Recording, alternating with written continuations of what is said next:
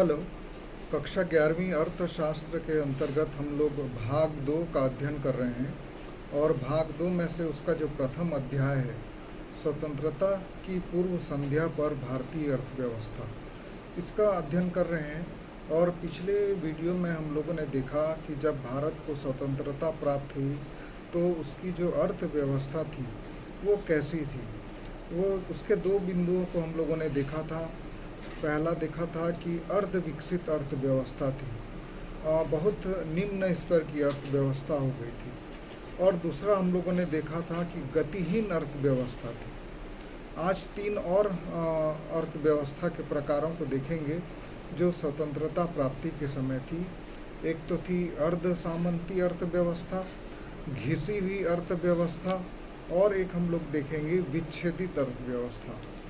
तो जब स्वतंत्रता हमको प्राप्त हुई और जो ब्रिटिश राज्य ख़त्म हुआ और जितने भी ब्रिटिश के अधिकारी थे वो चले गए, तो उस समय हमारी अर्थव्यवस्था बहुत ही ख़राब स्थिति में थी। और आज हम लोग देखेंगे कि कैसे उस समय हमारी अर्थव्यवस्था अर्ध सामंती अर्थव्यवस्था भी कहलाती है, क्योंकि स्वतंत्रता के समय भारतीय अर्थव्यवस्था न तो पूर्ण रूप से सामंतवादी थी और न ही पूर्ण रूप से वो पूंजीवादी बन सकी।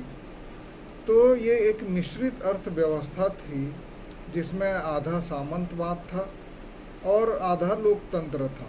तो इस प्रकार से इसको हम लोग अर्ध सामंती अर्थव्यवस्था कहेंगे। और इस प्रकार की अर्थव्यवस्था में उत्पादन के मुख्य तरीके निम्नलिखित थे।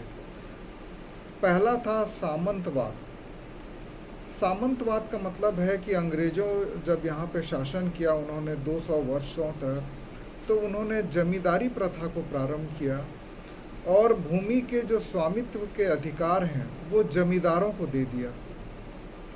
जो वास्तविक किसान था उसका भूमि पर कोई कानूनी अधिकार नहीं रह गया, जिसको कि काश्तकार बोलते हैं। स्थायी बंदोबस्त वाले क्षेत्रों में लगान हमेशा के लिए निश्चित था, परंतु भूमि का किराया बढ़ते जा रहा था। इसलिए काश्तकारों ने भूमि उप काश्तकारों को लगान पर देनी चालू कर दी और सरकार और वास्तविक काश्तकार के बीच बहुत सारे बिचौलिए, जिनको कि हम लोग दलाल बोलते हैं, वो उत्पन्न हो गए।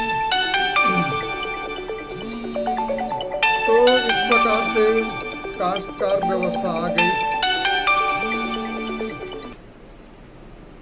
किसानों की दशा बहुत खराब हो गई और जो बिचौलिए थे वो बिना परिश्रम किए किसान से उसके उत्पादन का भाग प्राप्त कर लेते थे। और भारत के जिन भागों में रैयतवाड़ी तथा महालवाड़ी प्रथा थी, वहाँ पर भी बड़े बड़े किसानों ने भूमि काश्त के लिए काश्तकारों को दे दी। इस प्रकार इन क्षेत्रों में भी बहुत से बिचौलिए उत्पन्न हो गए और सारे भारत में भूमिपति तथा काश्तकार के सामाजिक सामंतवादी संबंध स्थापित हो गए। दूसरा था पूंजीवादी व्यवस्था। भारत में ब्रिटिश शासन काल में कई क्षेत्रों में पूंजीवादी प्रणाली भी अपनाई गई और पूंजीवाद की कुछ विशेषताएं थीं कि पूंजी मूलक उद्योग लगाए गए, जैसे कि कपड़े, पटसन, लोहे, चीनी, कागज़ के कारखाने स्थापित किए गए। लोहे, अब्रक और कोयले की खानों का भी खनन किया गया और इन उद्योगों में बहुत मात्रा में विदेशी पूंजी भी लगी हुई थी और अधिकांश जो बड़े उद्योग थे उनमें विदेशी पूंजी लगी हुई थी। और बड़े उद्योगों का प्रबंध भी चूंकि विदेशी पूंजी लगी हुई थी तो विदेशी लोगों के ही हाथ में प्रबंध भी उसका था। तो काफ़ी संख्या में कारीगर, व्यापारियों तथा पूंजीपतियों के नौकर बन चुके थे। तो इस प्रकार से पूंजीवाद हावी था। उसके बाद पूंजी मूलक उद्योग के साथ साथ पूंजी मूलक कृषि भी हो गया था। भारतीय कृषि में पूंजीवाद के चिन्ह प्रकट होने लगे थे, जैसे चाय, कॉफ़ी, रबड़ के बागान पूंजी मूलक उद्यम थे। इन बागानों में बहुत बड़ी संख्या में मजदूर काम करते थे। सामान्य फसल कृषि में भी पूंजीवाद प्रवेश करने लगा और कृषि मजदूरों की संख्या बढ़ने लगी। तो इस प्रकार देखते हैं कि स्वतंत्रता प्राप्ति के समय हमारे देश में अर्ध सामंती अर्थव्यवस्था थी, जहां सामंतवाद का बोलबाला था पूंजीवाद का बोलबाला था।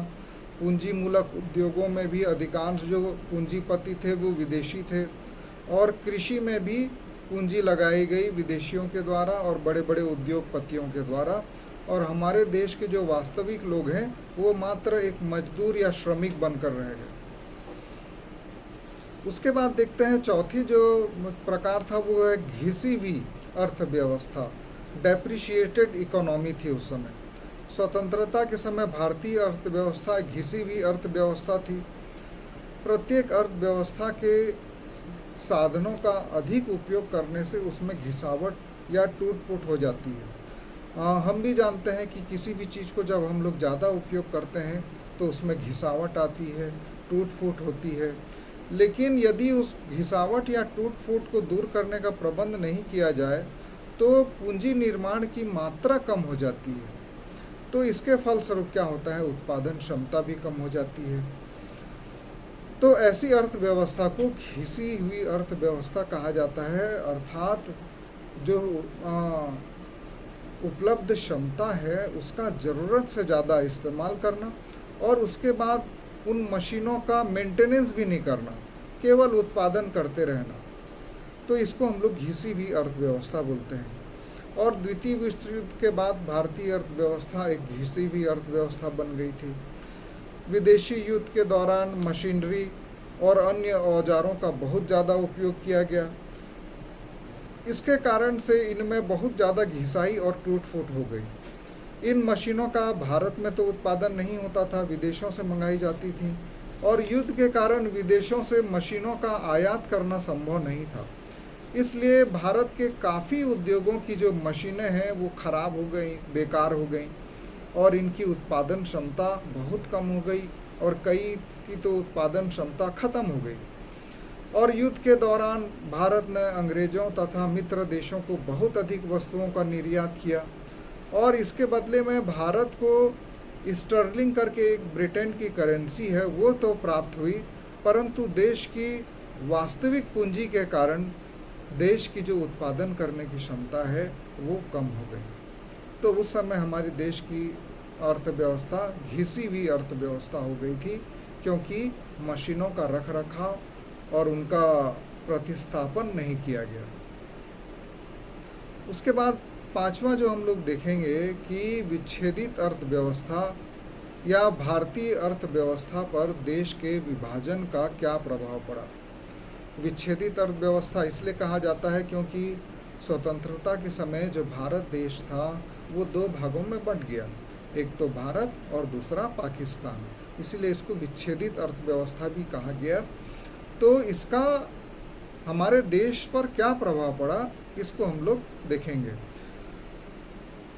तो जब विभाजन हो गया तो हमारे सामने पहली जो समस्या आई वो थी खाद्य समस्या, क्योंकि जो भाग पाकिस्तान में चला गया जिसको कि पंजाब और सिंध का प्रांत कहते हैं, और उसको अन्न का भंडार कहा जाता था क्योंकि वहाँ बहुत मात्रा में उपजाऊ भूमि थी, सिंचाई की सुविधा थी, और इसीलिए अन्न का उत्पादन बहुत ज़्यादा होता था। और ये जो क्षेत्र थे वो पाकिस्तान में चले गए।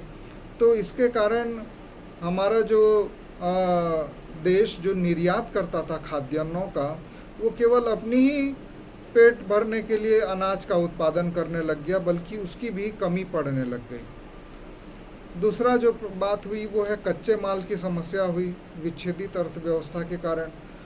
भारत और पाकिस्तान के विभाजन के कारण विभाजन ने कोलकाता की जूट मिलों और मुंबई व अहमदाबाद की कपड़ा मिलों के लिए कच्चे माल की कमी की गंभीर समस्या पैदा कर दी। जूट के कारखाने तो भारत में रह गए, लेकिन जूट उत्पादन का लगभग 75% क्षेत्र पाकिस्तान चला गया, और लंबे रेशे से कपास उत्पादन का काम भी ज़्यादा की मात्रा में पाकिस्तान चला गया, इसलिए हमारे देश में कच्चे माल की कमी हो गई। उसके बाद उद्योगों को बहुत हानि हुई विभाजन के कारण, प्रत्यक्ष रूप से भी हानि हुई, अप्रत्यक्ष रूप से भी हानि हुई। कच्चे माल की समस्या के कारण भी कई उद्योग बंद हो गए। धन संपत्ति का बहुत नुकसान हुआ, क्योंकि जब विभाजन हुआ तो बहुत भयंकर दंगा फैल गया तो दंगाइयों ने कई जगह पे आग लगा दिया, तो करोड़ों का माल जो है हमारा बर्बाद हो गया, फैक्ट्रियां चल गईं और जिससे उत्पादन क्षमता पर बहुत ज़्यादा अभाव पड़ा।